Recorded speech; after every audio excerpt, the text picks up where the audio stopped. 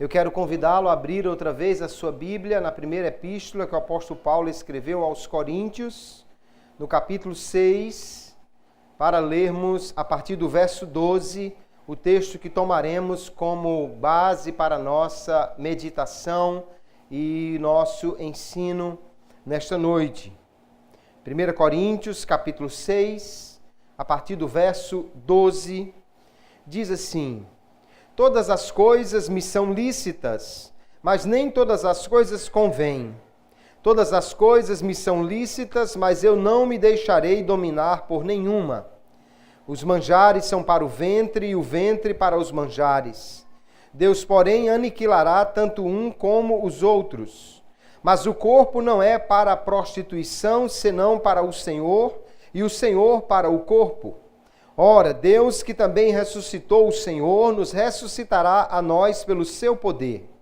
Não sabeis vós que os vossos corpos são membros de Cristo? Tomarei, pois, os membros de Cristo e fá-los-ei membros de uma meretriz? Não, por certo. Ou não sabeis que o que se ajunta com a meretriz faz-se um corpo com ela? Porque serão, disse, dois numa só carne. Mas o que se ajunta com o Senhor é um mesmo espírito. Fugi da prostituição. Todo pecado que o homem comete é fora do corpo, mas o que se prostitui peca contra o seu próprio corpo. Ou não sabeis que o nosso corpo é o templo do Espírito Santo, que habita em vós, proveniente de Deus, e que não sois de vós mesmos, porque fostes comprados por bom preço. Glorificai, pois, a Deus no vosso corpo e no vosso espírito, os quais pertencem a Deus. Amém. E graças a Deus por sua palavra. Aqui nós temos, queridos irmãos, um texto em que o apóstolo Paulo se dirige à igreja ali na cidade de Corinto para lhes falar sobre algo muitíssimo importante. Em suma, ele vai dizer que nós fomos comprados por Jesus e, portanto, pertencemos a Ele. Nosso corpo, nossa alma, nosso espírito pertencem a Cristo. Se Cristo é, então, o nosso dono, o nosso Senhor, nós precisamos viver de maneira a agradá-lo. E é o que nós vamos, então, nesta noite, meditar com este tema: Cristo é meu Senhor. Glória a Jesus. Aqui nesta primeira epístola, o apóstolo Paulo escreve aos crentes, aos santos na cidade de Corinto, igreja que ele havia fundado alguns anos antes desta carta. Na realidade, Paulo escreveu esta carta, a segunda. Alguns pensam que há uma terceira carta que foi fundida nessas duas. Ele esteve em Corinto não somente quando passou por lá abrindo aquele trabalho, iniciando aquela igreja, mas esteve outras vezes naquela cidade. E quando ele escreve essa carta, ele está falando com uma igreja que tinha muitos dons, muitas habilidades, que tinha muitas coisas boas, mas que também tinha muitos problemas que precisavam ser resolvidos, e é uma das cartas em que Paulo mais trata dos problemas na igreja, esta epístola aos Coríntios. Nós vemos que o apóstolo vai exortar os crentes ali a que eles fossem crentes espirituais e não carnais, ou crentes que fossem guiados, dirigidos pelo Espírito Santo, e não conduzidos por sua própria maneira de pensar, de ser ou de fazer. O apóstolo vai dizer também que eles devem usar corretamente os dons que eles receberam de Deus, para que eles fossem bem-sucedidos não só em ser um instrumento de Deus, mas que isso fosse para a união da igreja, para crescimento do corpo. Um membro não pode se desenvolver mais do que o seu corpo, senão vai causar uma anomalia. Então os crentes ali são orientados a viver em amor, para estar em Cristo, para viver nesta comunhão com Ele. O apóstolo vai exortar, então, os crentes a usarem a sua liberdade. Cristo nos libertou da lei, mas ali em Corinto parece que havia alguém que estava querendo usar dessa liberdade para a libertinagem, dizendo que porque somos libertos da lei, então não podemos mais ficar presos a nada, podemos fazer qualquer coisa.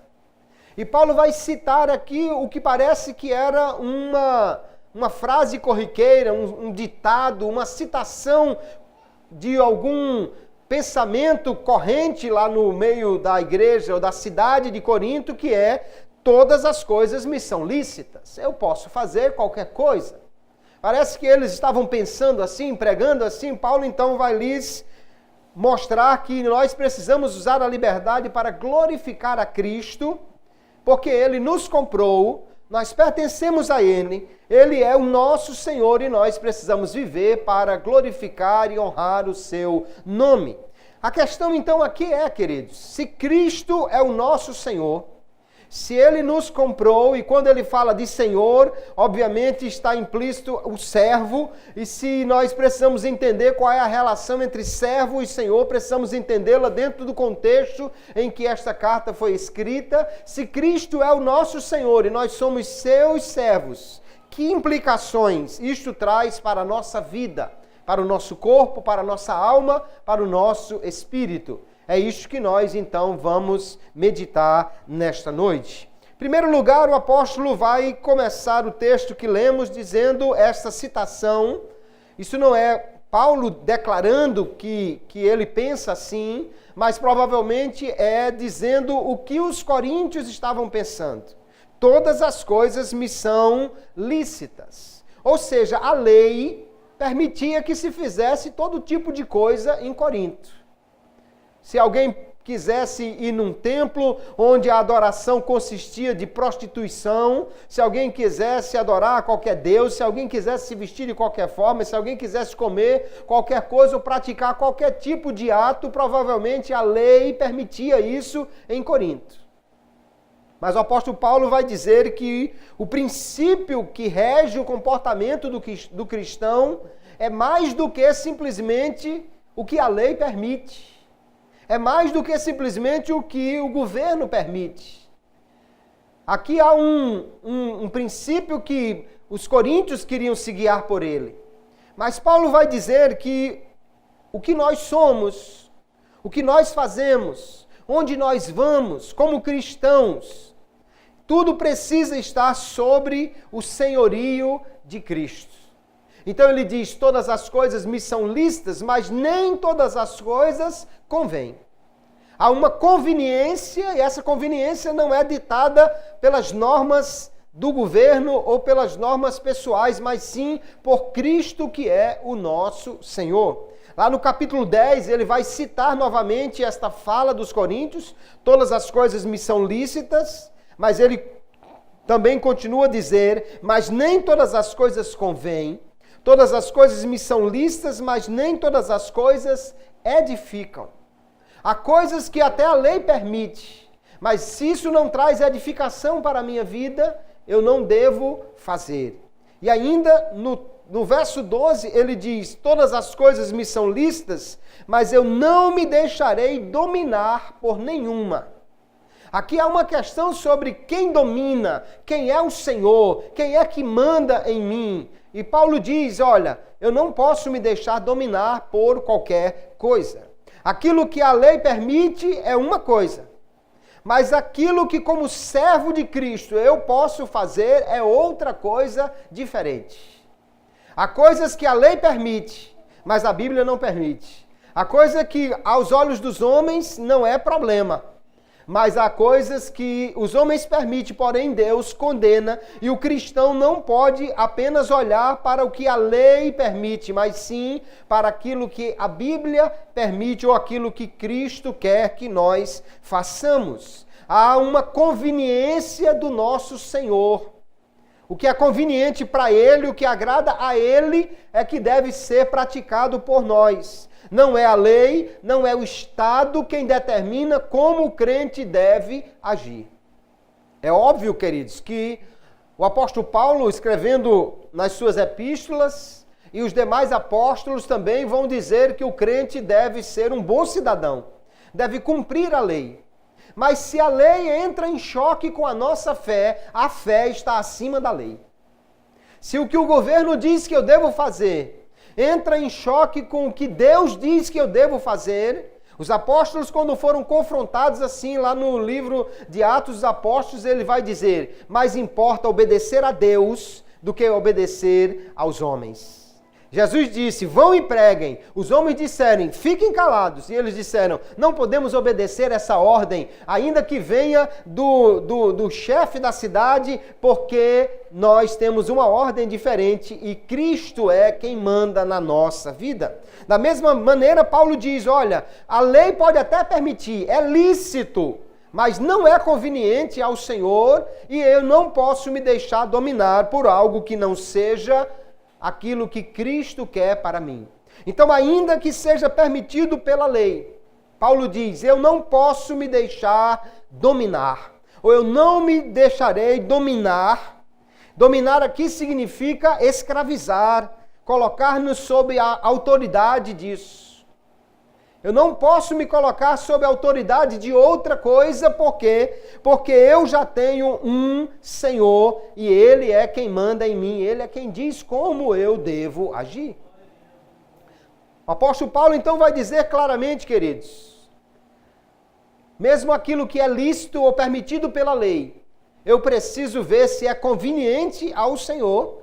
Eu não posso me deixar dominar por outra coisa que não seja o meu Senhor. Inclusive, o pecado não pode jamais dominar a vida do crente. Romanos capítulo 6, verso 12, o apóstolo diz: não reine, portanto, o pecado em vosso corpo mortal. Veja que ele diz que o pecado não deve reinar, ou seja, dominar, ditar as regras, dizer como nós devemos fazer. Há uma questão de domínio aqui. Ele diz: não reine o pecado, para lhe obedecerdes em suas concupiscências, em seus desejos, nem tampouco apresenteis os vossos membros ao pecado por instrumentos de iniquidade, mas apresentai-vos a Deus como vivos de entre os mortos, e os vossos membros a Deus como instrumentos de justiça. Porque o pecado não terá domínio sobre vós, pois não estáis debaixo da lei, mas debaixo da graça.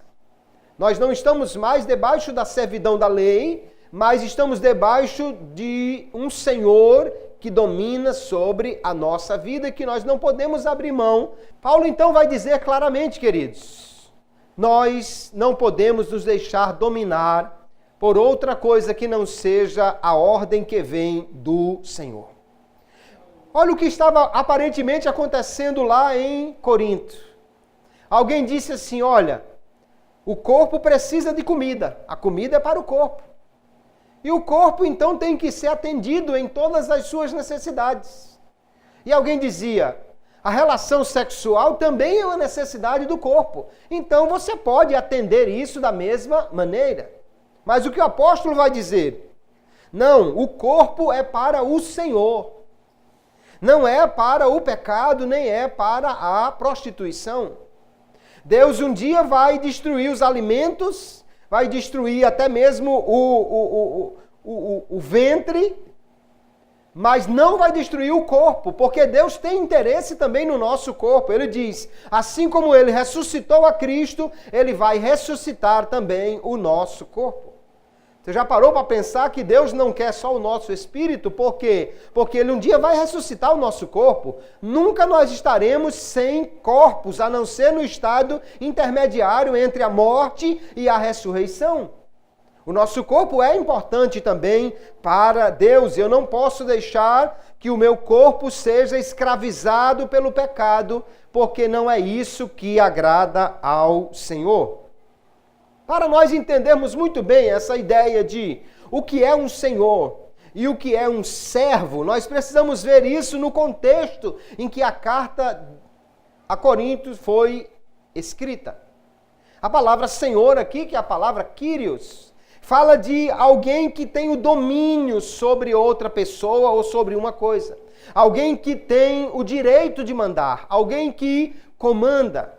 E o apóstolo Paulo, quando começou a carta aqui, ele se coloca como Paulo, chamado apóstolo de Jesus Cristo pela vontade de Deus, a igreja que está em Corinto, aos santificados, chamados santos, e ele diz que invoca o nome do nosso Senhor Jesus Cristo, Senhor deles e nosso, graça e paz da parte de Deus, nosso Pai, e do Senhor Jesus Cristo. Você já prestou atenção que logo na saudação, Paulo já chama Jesus de Senhor 3 vezes. Ele diz que ele é Senhor deles e nosso, Senhor da igreja lá em Corinto, e Senhor de Paulo também. Ele é Senhor, ou seja, aquele que manda, que dá as ordens. E o que é um servo? Um servo no contexto aqui, queridos, não é apenas um empregado, não é apenas um trabalhador. A palavra servo é a palavra doulos, que é um escravo. Então o servo aqui é aquele que vive sob o domínio do Senhor, que deve submeter-se às suas ordens e obedece a ele em tudo. E em suas epístolas, o apóstolo Paulo se declara servo de Jesus Cristo, ou escravo de Jesus Cristo, como lá em Romanos, capítulo 1, verso 1, que ele diz, Paulo, servo ou escravo de Jesus Cristo, chamado para apóstolo, separado para o evangelho de Deus. Então, o que é um senhor? É aquele que manda. O que é um servo? É aquele que obedece. O que é um senhor? Aquele que tem o direito, a autoridade para ditar as regras. O que é um servo? Aquele que precisa obedecer a este senhor. Então, um servo ou um escravo, que é o servo aqui nesse contexto, ele pertence ao seu senhor. Ele não tem liberdade própria, ele não pertence a si mesmo, ele não tem livre disposição da sua vontade, dos seus pensamentos, dos seus atos. Um escravo não pode fazer o que quer, um escravo não pode ir onde quer, um escravo não pode se comportar como quer, um escravo não tem liberdade para ir e fazer a coisa de qualquer maneira, porque ele precisa obedecer ao seu Senhor. Quando nós declaramos que Jesus é nosso Senhor e nós somos servos dele, nós estamos dizendo, quem manda é ele, quem dá as regras é ele, quem diz como deve fazer é ele, quem diz aonde eu devo ir é ele, quem diz como eu devo me comportar é ele é o Senhor, eu sou o servo. Precisamos entender esta relação, queridos. Porque tem gente que pensa em Deus mais como um colega, um amigo, pensa em Jesus apenas como um irmãozão, alguém que está aí para me ajudar, mas não é esta a relação que a Bíblia coloca entre um Senhor e um servo. O Senhor é Jesus, eu sou servo dele. Se somos servos dele, nós precisamos entender as implicações de dizer que Cristo é o meu Senhor. Quando nós olhamos então para o que Paulo continua dizendo aqui, ele vai mostrar claramente que Jesus Cristo é nosso Senhor. Em primeiro lugar, Jesus declarou com todas as letras que ele é Senhor. Lá quando ele estava lavando os pés dos discípulos, ele disse, vós me chamais mestre e Senhor, e dizeis bem, porque eu o sou.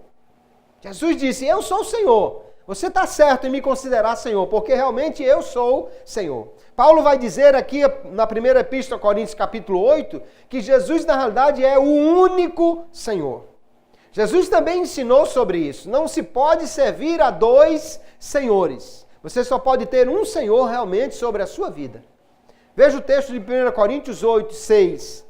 Todavia para nós há um só Deus, o Pai, de quem é tudo, e para quem nós vivemos, e um só Senhor, Jesus Cristo, pelo qual são todas as coisas, e nós por Ele. Nós vivemos por Ele. Nós somos servos dEle. Ele é o único Senhor. Jesus, então, precisa ser reverenciado, adorado e obedecido como o único Senhor da nossa vida. Sendo o Senhor, ele tem autoridade. Autoridade na Bíblia significa o direito de ser obedecido.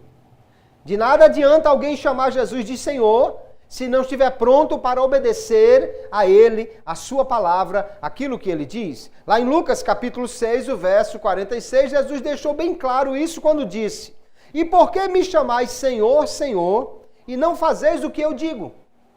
Chamar Jesus de Senhor e não obedecer é uma contradição. Dizer que Jesus é Senhor e não está pronto para fazer o que Ele manda é simplesmente não entender o que significa um Senhor e um servo. Se eu digo que Jesus é o meu Senhor, eu estou dizendo, eu estou pronto para obedecê-lo, Ele diz como é e eu obedeço às suas ordens. A autoridade de Cristo, queridos, está acima de qualquer outra autoridade.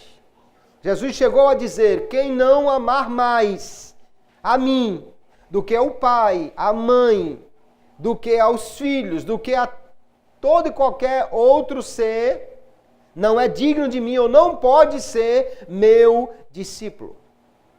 A Bíblia sempre manda que os filhos obedeçam aos seus pais, mas acima da autoridade dos pais, há a autoridade do Senhor. A Bíblia manda que os crentes obedeçam às autoridades civis, religiosas, mas acima de qualquer autoridade está a autoridade de Jesus. Ele é Senhor. A sua autoridade está acima de todos. Aliás, nós vamos encontrar na Bíblia Jesus como o que tem toda a autoridade. Ele mesmo disse isso lá no final do livro de Mateus. E Paulo, em Romanos capítulo 14, diz assim: foi para isto que morreu Cristo e tornou a viver, para ser Senhor, tanto dos mortos como dos vivos. Veja que Jesus é Senhor até sobre os que já morreram. Ele continua sendo Senhor. No Apocalipse ele vai ser revelado como o Senhor dos senhores, o Rei dos reis, como o Senhor dos reis de toda a terra.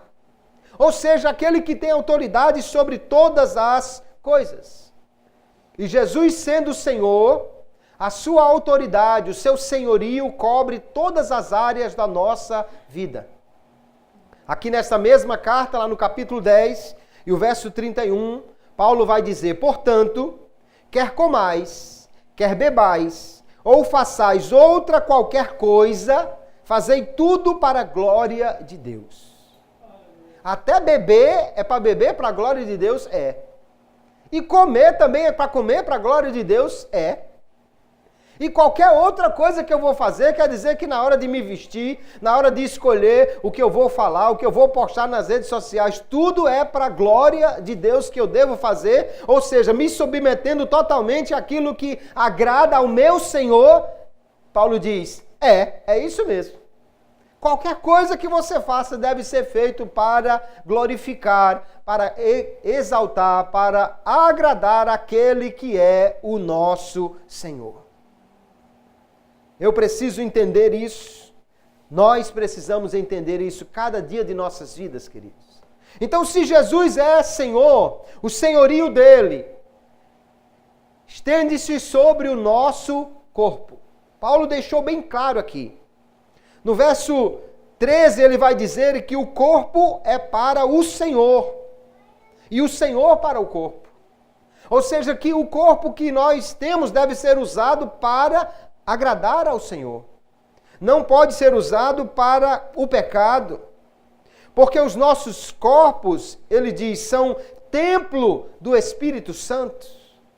Ali em Corinto havia muita prostituição. O apóstolo Paulo vai pegar essa situação e vai dizer, olha, quem se une a uma meretriz, a uma prostituta, se faz um com ela, porque a Bíblia diz que serão uma só carne. E quem se une a Cristo se faz um no Espírito com Ele. Quem está unido a Cristo no Espírito não pode estar unido a uma prostituta ou a alguém que viva no pecado. Porque o nosso corpo foi comprado por Jesus. Veja que no verso 20 ele diz, vocês foram comprados por um bom preço.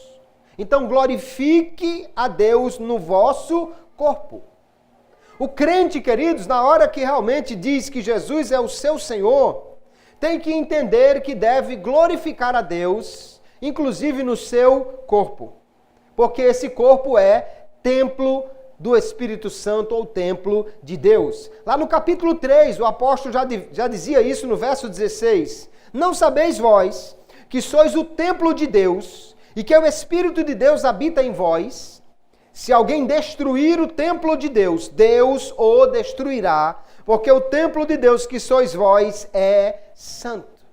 Além do nosso corpo ser pertencente a Jesus, porque o Espírito Santo habita em nós, ele santifica o nosso corpo, e o nosso corpo então precisa ser santo, ou seja, ser usado para agradar a Deus. Aqui nós vemos, queridos, que pertencer a Cristo, se ele nos comprou, se ele pagou o preço por nós e nós pertencemos a ele, isso muda a forma como nós usamos o nosso corpo.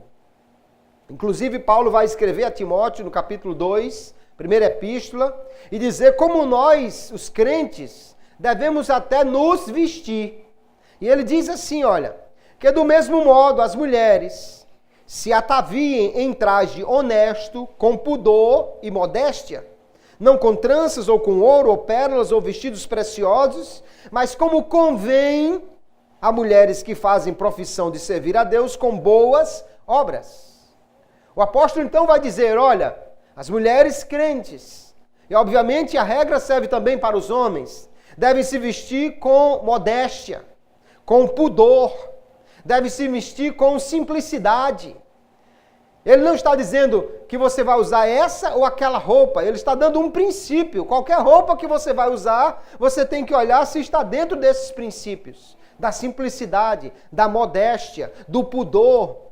Então o crente não é para andar com roupas curtas, escandalosas, com roupas que explorem a sensualidade do seu corpo, nem mesmo para aquilo que é apenas para exaltar a aparência. Quando Paulo diz sobre ouro, pérolas, ele está fazendo um contraste com boas obras, que deve chamar a atenção para o crente, para uma mulher, para um homem crente. Não é a sua aparência muito vistosa, mas sim o bom comportamento dele como crente que glorifica a Deus. É isso que Paulo está dizendo aqui. Porque nós somos pertencentes a Cristo, somos servos dele, nós iremos prestar contas do que nós fazemos, inclusive com o nosso corpo. Olha o texto de 2 Coríntios 5 e 10. Porque todos devemos comparecer ante o tribunal de Cristo, para que cada um receba segundo o que tiver feito por meio do corpo, ou bem ou mal. Tem gente por aí, e parece que o povo de Corinto estava pensando assim, não, Deus só quer o coração, Deus só quer o espírito. O corpo você pode fazer o que quiser, que isso não tem nada a ver. Mas não é assim que a Bíblia está definindo. Nosso corpo pertence a Cristo e nós precisamos usá-lo para a glória de Deus. E um dia nós vamos prestar contas do que nós fizemos com o nosso corpo. Por quê? Porque não pertence mais a mim. Paulo diz, você foi comprado. Você é um escravo que foi comprado, é um servo que foi comprado. Se foi comprado, pertence ao Senhor e só pode ser usado de acordo com as regras dele. Então o cristão, querido, não pode usar o seu corpo para o pecado, mas sim para servir a Deus. Todo o homem, o seu corpo, a sua alma e o seu espírito deve ser conservado puro e santo para agradar ao Senhor. 1 Tessalonicenses, capítulo 5, verso 23. Paulo diz: e o mesmo Deus de paz vos santifique em tudo. Uma santificação em todos os aspectos. E todo o vosso espírito e alma e corpo sejam plenamente conservados, irrepreensíveis para a vinda de nosso Senhor Jesus Cristo. Veja que Paulo diz que é o Senhor quem nos santifica em tudo, que todo o nosso espírito, alma e corpo devem ser plenamente conservados, irrepreensíveis. Não deixou brecha para nada. Não, mas nesse caso e naquele caso, não. É em tudo, em todos, plenamente. Ou seja, nós precisamos entender. Nós pertencemos a Jesus Se Ele é o nosso Senhor, o seu corpo pertence a Ele, sua alma pertence a Ele, seu espírito pertence a Ele, você todinho pertence ao Senhor. Ele é o nosso dono, o nosso Senhor. É isso que a palavra nos diz. O senhorio de Cristo, então, envolve o nosso espírito.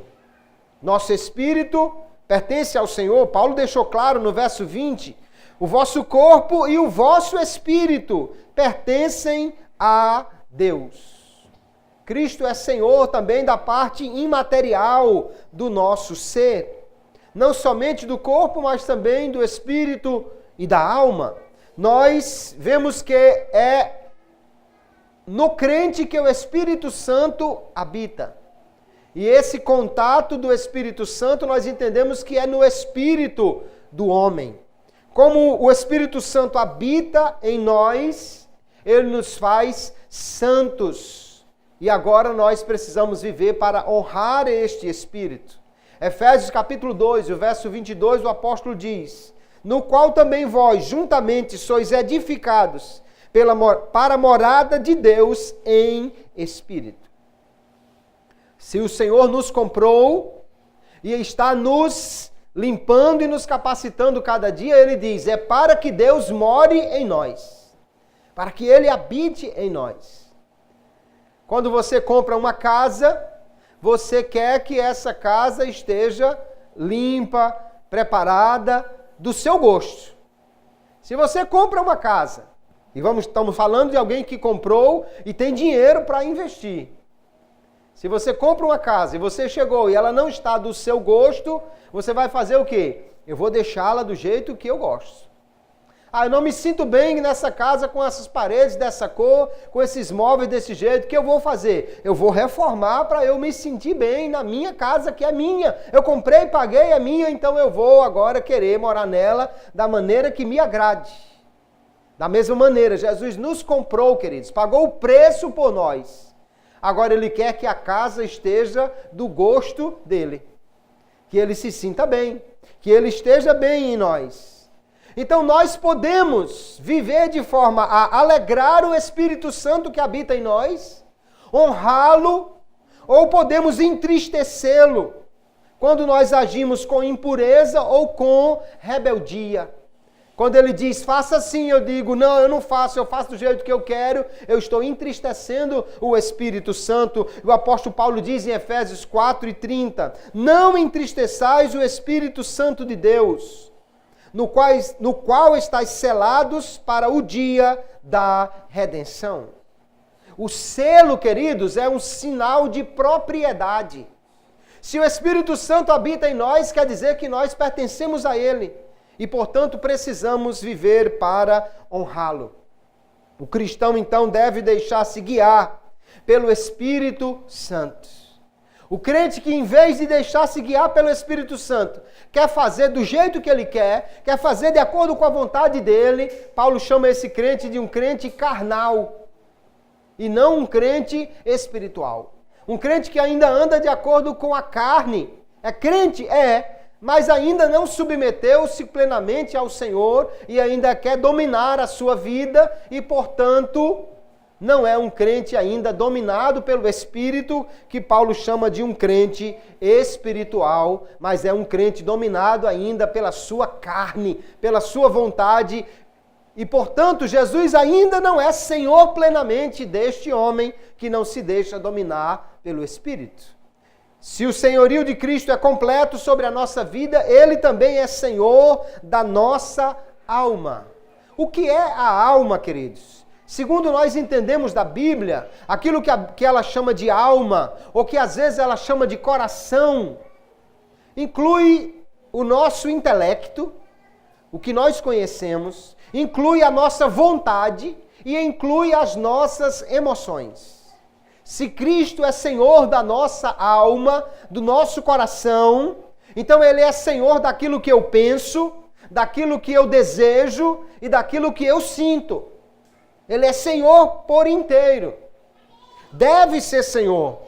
Então nós devemos submeter os nossos pensamentos, nossas convicções, nossa maneira de pensar, os nossos desejos, devemos submeter ao Senhor.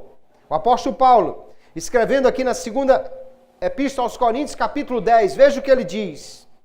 Porque, embora andando na carne, ou seja, embora você esteja aí no seu corpo, que é um corpo de carne, mas ele diz, não militamos segundo a carne. Ou seja, não andamos segundo a regra dos homens. E ele continua, pois as armas da nossa milícia, da nossa peleja, não são carnais, mas poderosas em Deus, para demolição de fortalezas, derribando raciocínios e todo baluarte que se ergue contra o conhecimento de Deus, e levando cativo todo pensamento à obediência a Cristo. Olha o que o Paulo está dizendo, que isso é muito importante, queridos. Ele diz que nós temos armas espirituais, não carnais, e que essas armas elas são poderosas para demolir fortalezas. O que é fortaleza que Paulo está dizendo aqui? É uma fortaleza na mente. É um raciocínio que está impregnado ali desde que você cresceu e foi formado aquilo ali. Às vezes alguém foi criado num ambiente ou viveu determinadas experiências e o inimigo colocou na mente dele um determinado padrão de pensamentos. Por exemplo, a mulher foi maltratada pelo pai, pelo marido, por todo mundo, ela criou um pensamento, todo homem é ruim e agora ninguém vai mandar mais em mim. Ela sai de casa, se casa com alguém e não quer se submeter a mais ninguém porque ela foi maltratada, teve um pai ruim que batia nela, que batia na mãe, ela formou um pensamento na sua cabeça. Paulo vai dizer, as nossas armas espirituais, elas são poderosas para destruir esse padrão de pensamentos, essas fortalezas que foram erguidas na mente, para que todo raciocínio que se levanta contra o conhecimento de Deus seja levado cativo, aprisionado, prisioneiro, à obediência a Cristo. Isso quer dizer, queridos irmãos, que ser servo de Cristo significa que até a maneira como nós pensamos deve ser submetida à obediência a Cristo. Não é o que eu penso, não é o que eu acho, não é o que eu aprendi assim, não é o que me ensinaram assim, não é o que eu cresci sabendo assim, é o que Cristo diz na sua palavra que deve ser o padrão que domina o meu pensamento. Tem gente que às vezes diz, não, mas eu nasci assim, eu aprendi assim, eu sou assim. E Paulo diz, mas nós temos armas poderosas para levar todo o pensamento cativo a Cristo.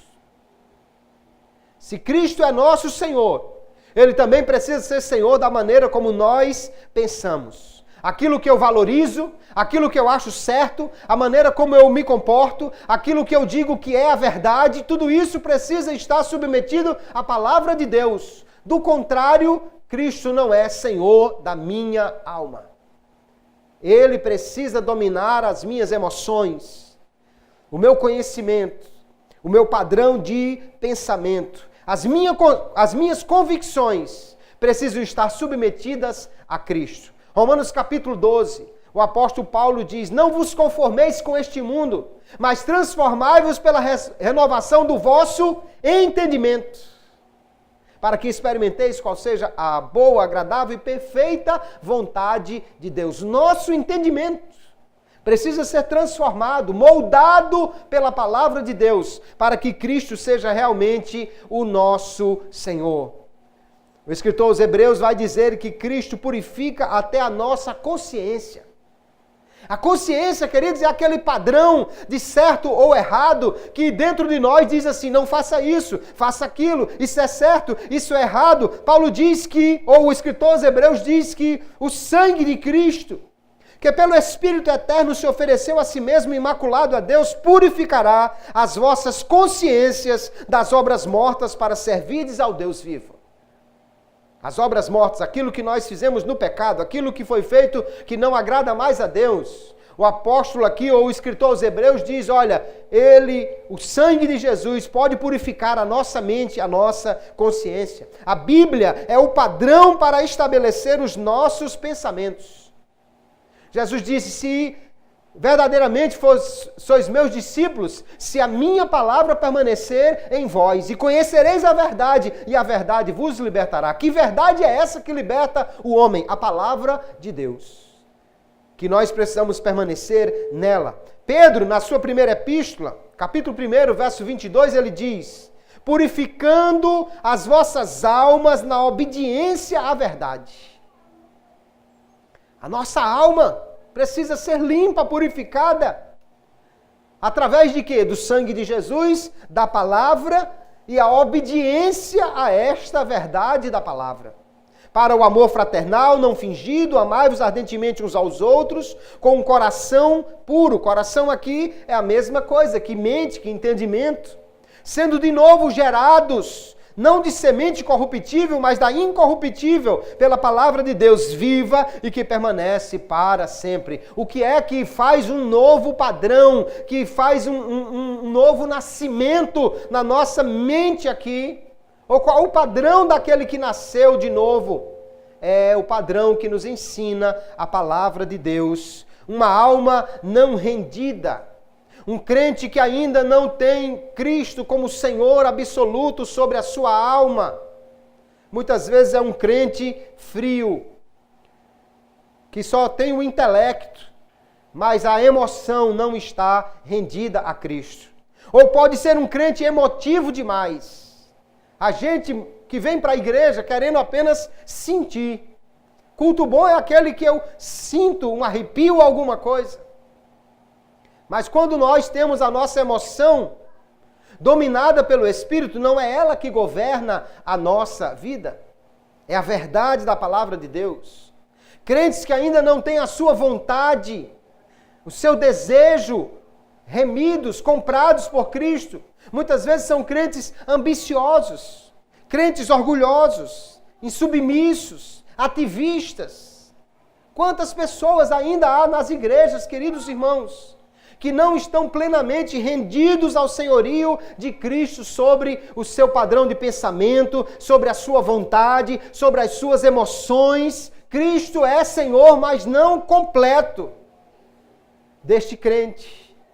Mas nós precisamos entender, se eu digo que Jesus Cristo é o meu Senhor, Ele precisa dominar completamente a minha vida. Cristo é o teu Senhor? Esta é a pergunta para nós fazermos a nós mesmos nesta noite. O que eu estou questionando, a palavra está nos questionando, queridos, não é se nós cremos que Jesus é Deus. Tem muita gente que diz, não, Jesus é Deus. Mas até os demônios sabem disso. Quando Jesus chega lá em Gadara, os demônios dizem, olha, Filho de Deus, já viesse nos atormentar. Eles sabem que Jesus é Deus. Mas eles não obedecem a Ele. Não adianta de nada saber que Jesus é Deus se Ele não for Senhor a quem nós obedecemos.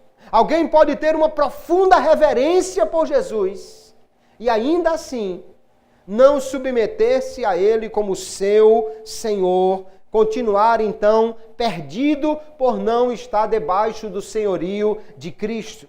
Se Cristo é o nosso Senhor, se Ele realmente governa a nossa vida, então eu preciso entender que o meu corpo, a minha alma, o meu espírito, quem eu sou, o que eu quero, o que eu faço, o que eu penso, precisa estar submetido ao senhorio de Cristo.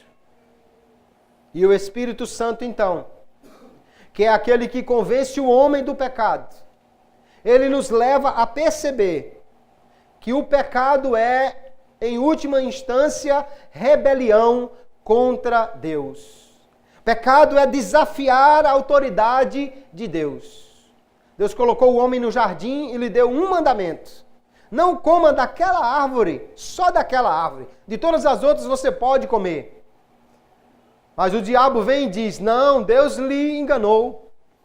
Se você comer, você não vai ser morto, não. Você vai ser igual a Deus. E o que acontece? O ser humano preferiu acreditar no diabo do que acreditar em Deus. Preferiu confiar na palavra do diabo do que confiar na palavra de Deus.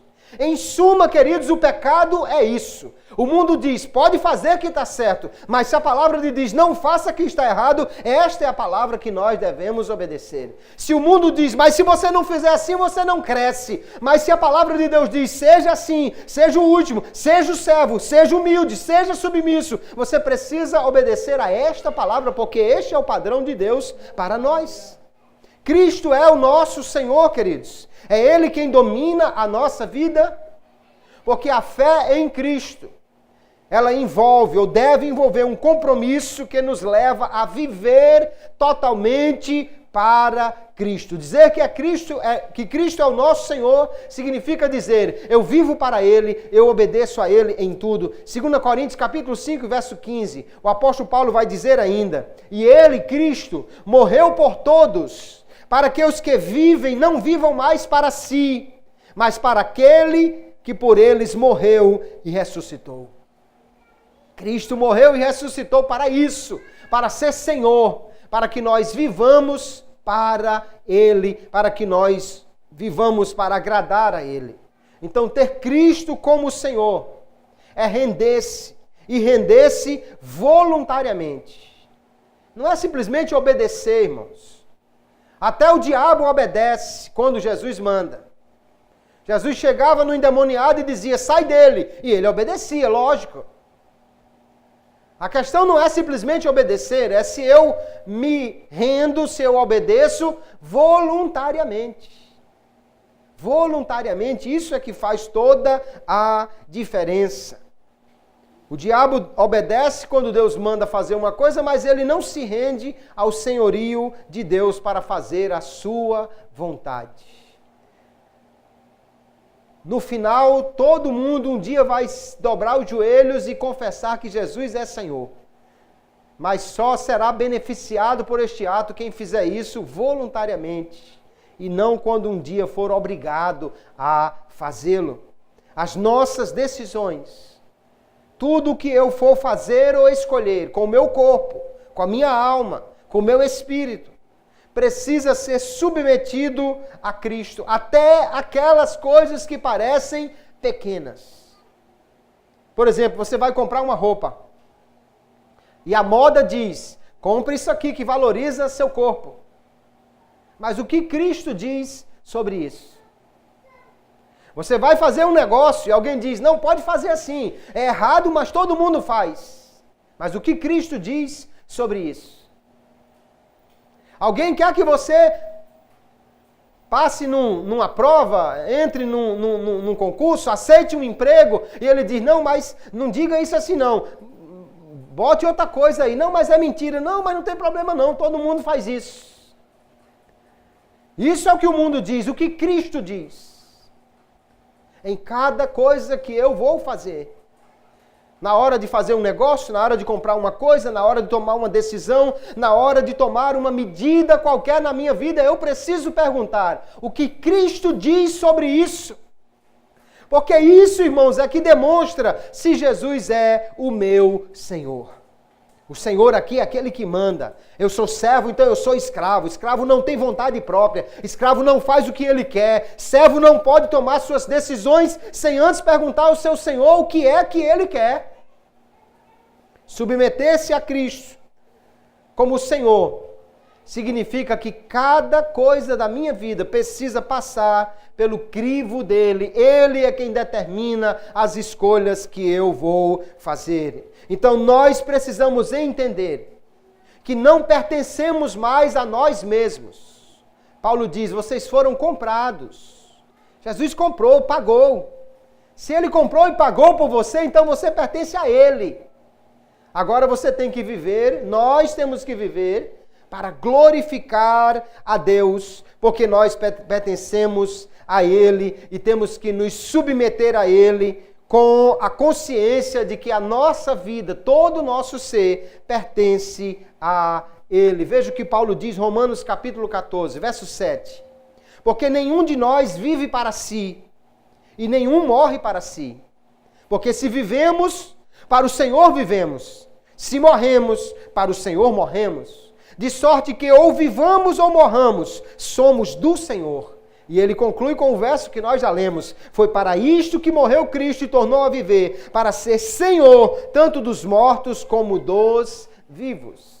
Se eu estou vivendo, devo viver para o Senhor. E se eu morrer, devo morrer para o Senhor. Ou seja, aquilo que eu vivo deve ser uma vida para glorificar a Cristo. E aquilo em que eu morro, ainda assim deve ser para glorificar a Cristo, porque Ele é Senhor. Você não pode viver para si mesmo. Um crente, um servo, não pode viver para si mesmo. Tem que viver para o seu Senhor. Não adianta dizer que Jesus é o meu Senhor, se a minha vida mostra o contrário. Se eu digo, mas quem manda sou eu. Se eu digo, mas eu faço do jeito que eu quero. Se eu digo, mas eu é quem decido. Se eu digo, mas é do meu jeito. Se eu digo, mas eu é quem vou decidir. Então eu não posso dizer, Jesus é o meu Senhor. Porque se Ele é Senhor, o que eu faço, como eu faço, para quem eu faço, com que propósito eu faço, isso mostra quem é o meu Senhor. Se eu faço para mim, se eu faço para me agradar, se eu faço para me promover, se eu faço para eu ser o primeiro, se eu faço para que o meu nome apareça, então eu não estou fazendo de Cristo realmente o meu Senhor. Porque se Ele é Senhor, tudo é para Ele. A fé, queridos, leva à obediência. A verdadeira fé em Cristo faz com que nós tenhamos agora uma vida transformada. E Paulo diz, se alguém está em Cristo, nova criatura é. As coisas velhas já passaram, eis que tudo se fez novo. A maneira de pensar, de agir, tudo agora é novo. Por quê? Porque eu estou em Cristo. Aqueles que se submetem ao senhorio de Cristo, a Bíblia vai dizer que eles amam seus irmãos, que eles guardam os mandamentos, que eles guardam a palavra de Deus, que eles fazem a vontade de Deus, que eles guardam a fé, que eles praticam boas obras, tantas coisas, irmãos, que a Bíblia diz que é próprio daqueles que são servos, que são submissos ao Senhor. E eu preciso me perguntar se eu estou praticando isto. O crente verdadeiro tem Jesus reinando de forma absoluta, suprema em sua vida. É isto que Paulo está dizendo aos coríntios quando ele diz: vocês foram comprados, não pertencem mais a vocês, glorifiquem a Deus, porque vocês pertencem a Ele, o corpo de vocês e o espírito de vocês pertence ao Senhor e deve ser vivido, deve ser usado para a glória do nome dEle. Então, queridos irmãos, nesta noite nós podemos ver o que nos diz a palavra de Deus. Quando nós aceitamos a Jesus, nós aceitamos Ele como Senhor e Salvador. Ninguém pode dizer, não, Jesus é meu Salvador, mas não é meu Senhor. Então você não aceitou a Jesus.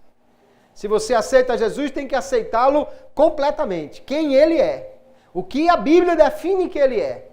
Se aceitamos a Cristo, Ele é meu Salvador. Amém. Glória a Deus. Me livrou do inferno, do domínio do pecado, das garras de Satanás, mas ao ser Salvador, Ele também é Senhor. Como é que a Bíblia descreve a conversão? Veja o que Paulo diz em 1 Tessalonicenses 1:9, diz que Ele nos tirou da servidão das trevas e nos colocou agora nos converteu para nós servirmos ao Deus vivo. 1 Tessalonicenses, capítulo 1, e o verso 9, ele vai dizer assim, olha: porque eles mesmos anunciam de nós qual a entrada que tivemos para convosco, e como os dos ídolos os convertestes a Deus, para servir ao Deus vivo e verdadeiro. O que é um ídolo? É aquilo que você coloca como algo que domina a sua vida, a quem você presta alguma reverência ou obediência. E a palavra de Deus então nos diz, converter é abandonar os ídolos, qualquer coisa que ocupe o lugar de Deus, e converter ao Deus vivo, para quê? Para servir a Ele, para ser servo dEle, para viver para Ele, dando a Cristo então exclusivamente o lugar maior nas nossas emoções, sendo Ele a influência transformadora do nosso coração, da nossa mente e o poder dominante em nossa vida. Se Cristo é Senhor, é Ele quem manda, é Ele quem domina. Nós precisamos ser submissos a Cristo. E isso não é apenas na igreja, é também na igreja. Mas no nosso trabalho, na nossa casa, na nossa escola, no nosso lazer, em qualquer coisa que eu faça, Cristo precisa ser o meu Senhor, dominar a minha vida, estar no controle de tudo, para que realmente eu possa dizer: Cristo é o meu Senhor. Eu só posso dizer que Cristo é o meu Senhor se Ele dominar completamente a minha vida. Então, para nós, a reflexão nesta noite é esta: Cristo é o meu Senhor. Ele domina sobre o meu corpo, sobre a minha alma, minha vontade, minhas emoções, meu intelecto. Ele domina completamente sobre mim. Tudo o que eu faço, eu submeto a Ele. Eu faço aquilo que é a minha vontade, ou que me agrada, ou eu faço aquilo que agrada a Ele. Alguém pode dizer: mas você é besta. Besta não, é servo. Ah, mas você é um tolo. Tolo não, é servo. Ah, mas você vai se dar mal assim. Vai se dar mal não, você vai ser um servo. E o servo que faz a vontade do seu Senhor, aleluia, será recompensado, abençoado, aleluia. Não podemos seguir o padrão do mundo, queridos. O mundo diz: faça assim, senão você vai se dar mal. Você tem que fazer assim para poder crescer. Mas o que Cristo diz é, aleluia, submeta-se, faça a minha vontade, e então você vai ser plenamente recompensado e abençoado pelo seu Senhor. Possamos nos submeter completamente a Cristo. Está debaixo da sua autoridade em tudo, porque Ele um dia nos dirá: muito bem, servo bom e fiel, aleluia, entre na alegria, na festa do teu Senhor, e isso será, queridos, o fator determinante para o sucesso na nossa vida, que nós possamos então hoje e sempre dizer, não só com a boca, mas com as nossas atitudes: Jesus Cristo é o meu Senhor. E que Deus abençoe a todos em nome de Jesus. Amém.